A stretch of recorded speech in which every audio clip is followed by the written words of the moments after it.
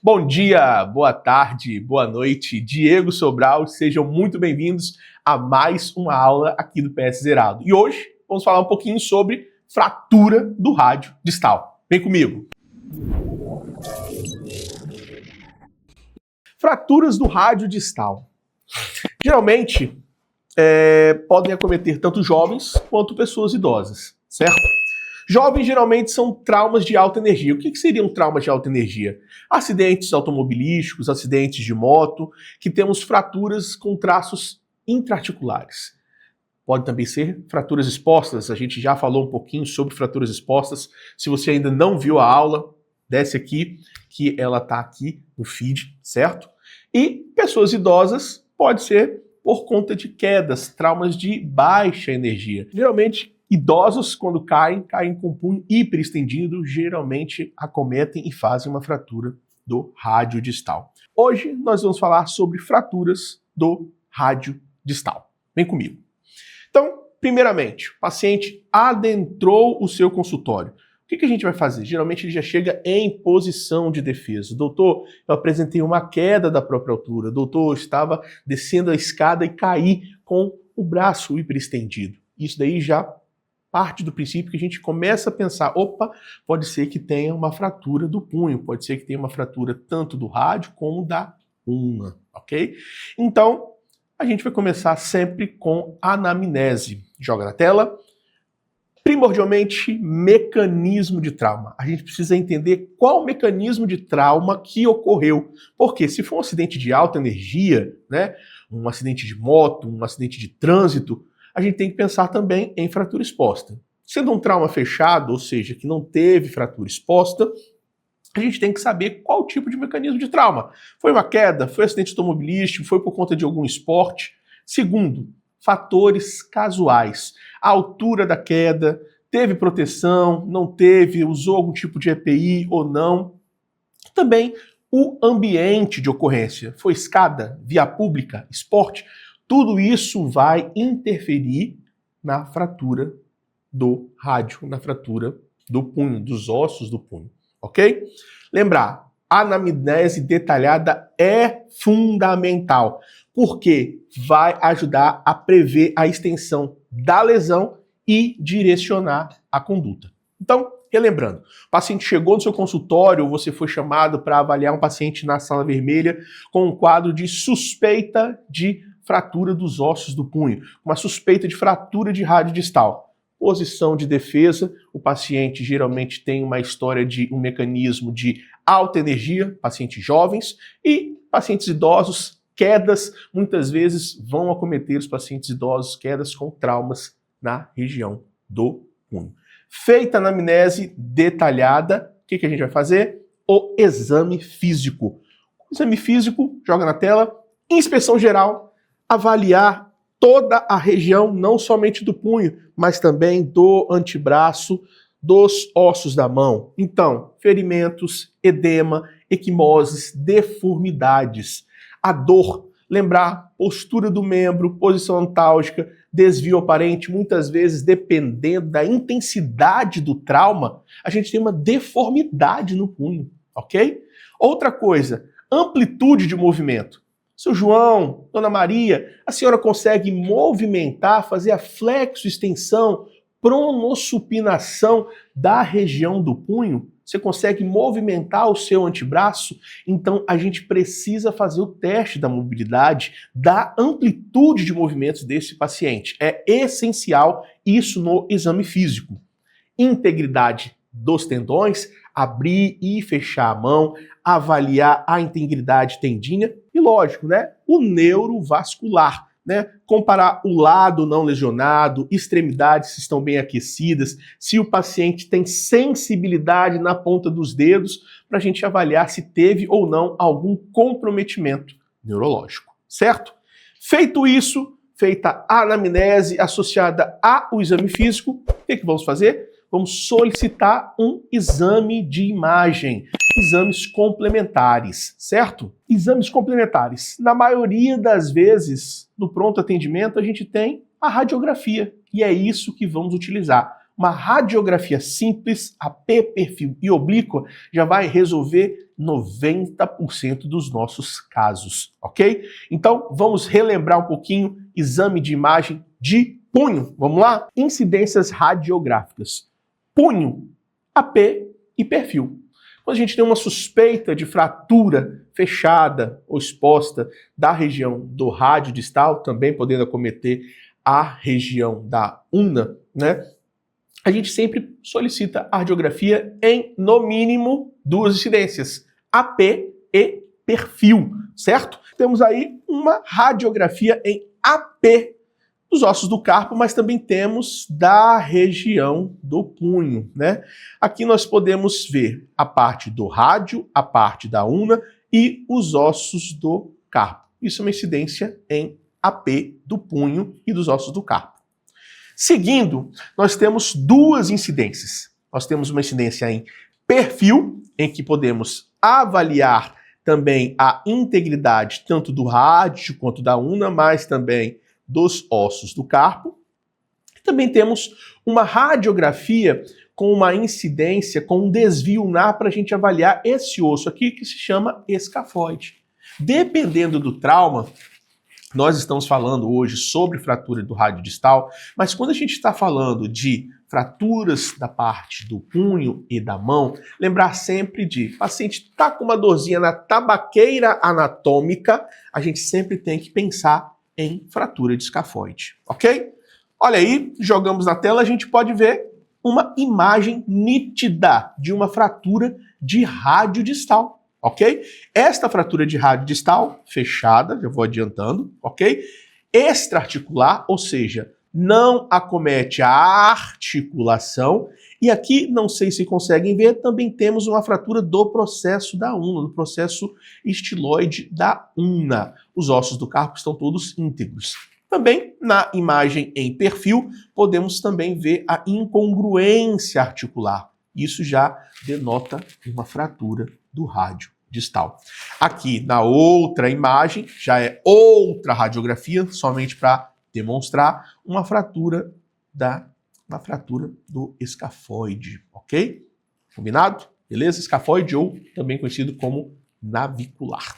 Feita a radiografia em AP e perfil, né, com uma suspeita, nós vamos ver se tem ou não esta fratura, certo? Lembrar, se a gente tiver dúvidas, anamnese, exame físico, exame de imagem, a gente pode fazer uma radiografia contralateral, ou seja, do outro membro que não está acometido, para fazer comparação, se você tem essa dúvida, se tem ou não uma fratura. Se sua unidade de pronto atendimento tiver uma tomografia também, se você tiver na suspeita, nossa, o paciente está com uma dor, mas nessa imagem radiográfica eu não vi nenhum traço de fratura de rádio distal, nós podemos fazer um exame de tomografia que pode elucidar o caso, certo? Feito isso, feito a anamnese, exame físico, a imagem radiográfica, nós vamos fazer a classificação da nossa fratura. Na ortopedia, nós temos inúmeras classificações, certo? Para fratura de rádio distal. Mas a que eu vou falar com vocês hoje é a classificação universal. Joga na tela. Ela é dividida em tipo 1, 2, 3 e 4. Tipo 1 é uma fratura extraarticular sem desvio. Tipo 2 é uma fratura extraarticular com desvio, sendo que ela é redutível e estável, ou pode ser redutível e instável, irredutível e instável e complexa. Mas, Sobral, o que é isso de redutível e estável? Toda vez que a gente tem uma fratura e a gente precisa colocar ela no lugar, a gente faz uma chamada redução. Nesse caso, isso é mais específico da especialidade da ortopedia.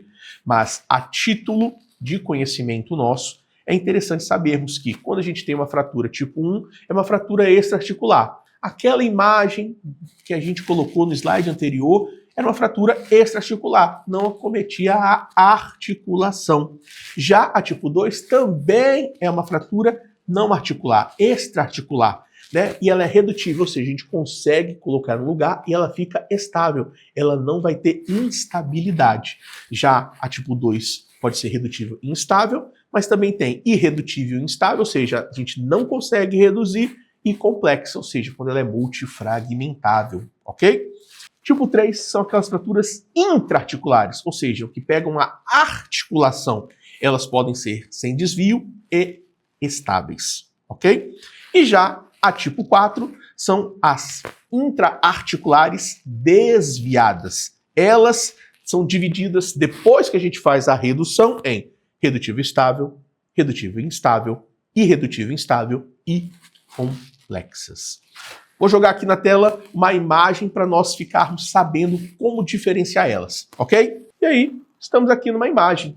Tipo 1, extraarticular, uma fratura de rádio extraarticular, ou seja, que não pega a articulação sem desvio. A tipo 2, uma extraarticular com desvio, você vê que ela está desviada, certo? Tanto aqui a imagem em AP quanto em perfil. Lembrando A, B e C, que a gente falou no slide anterior, certo? A tipo 3 é o quê? Uma intraarticular sem desvio. Aqui na imagem AP aparenta ser uma fratura extraarticular. Mas olha no perfil, pega a articulação. Então a tipo 3 é uma intraarticular sem desvio. Já a tipo 4, a gente tem intraarticular, ou seja, pega a articulação, certo?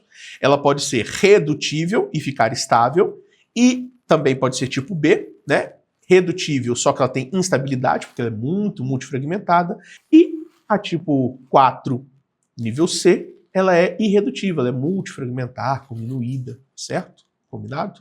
Então, da classificação, a gente tem essa. Tipo 1, uma fratura extraarticular sem desvio. Tipo 2, extraarticular com desvio, sendo que ela é redutível estável, redutível instável, irredutível instável e complexa. Tipo 3 é uma fratura intraarticular sem desvio e estável. E a tipo 4 é uma intraarticular e desviada, sendo esta redutível estável, redutível instável, irredutível instável ou complexa pela imagem aqui. Simples, né? É meio complexo no início, mas isso é a título nosso, a título da equipe da ortopedia, para a gente ter algo de comunicação. Olha, o vovozinho ali caiu e teve uma fratura da classificação universal tipo 2. Tipo 2, então, ela é extraarticular, ou seja, não pegou a articulação e está desviada. Ah, não, olha só, é uma tipo 4, tá? E ela tá irredutível. Então a gente já pensa em uma fratura cominuída, já multifragmentada. Combinado? E como que a gente vai tratar esse paciente? Joga na tela. Primeira coisa, tipo de fratura.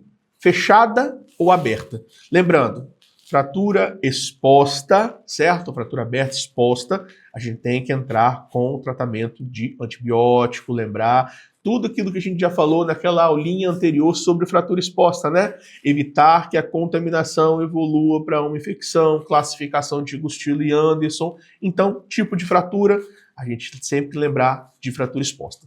Sendo uma fratura fechada, a gente coloca na classificação universal.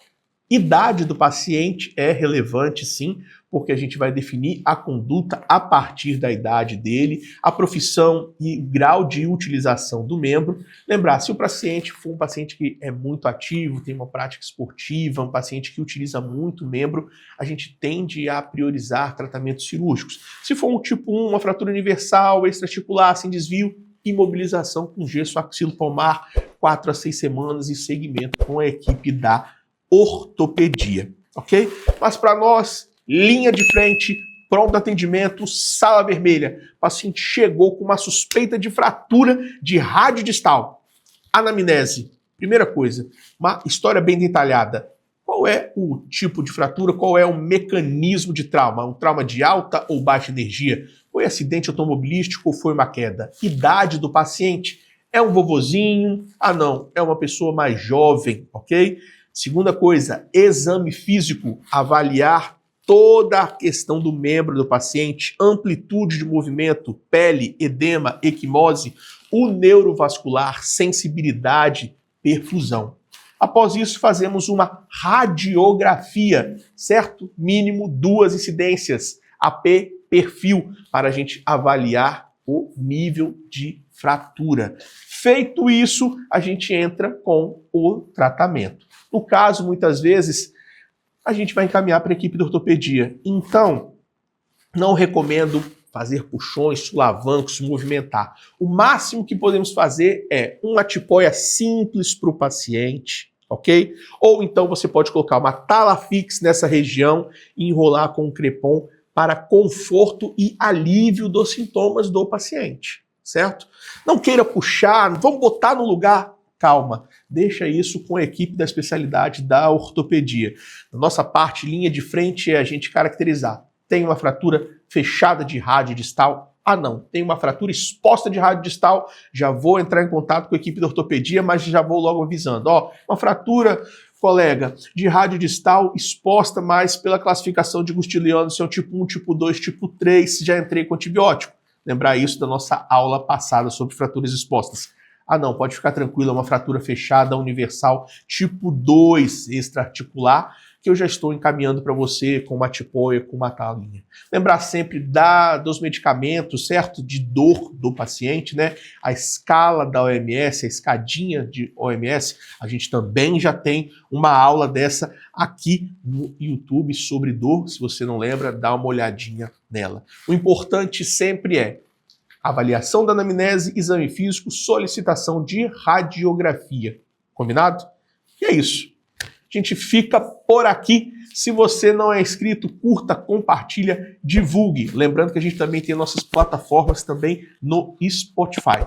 Um grande abraço, fiquem bem e até uma próxima. Tchau, tchau.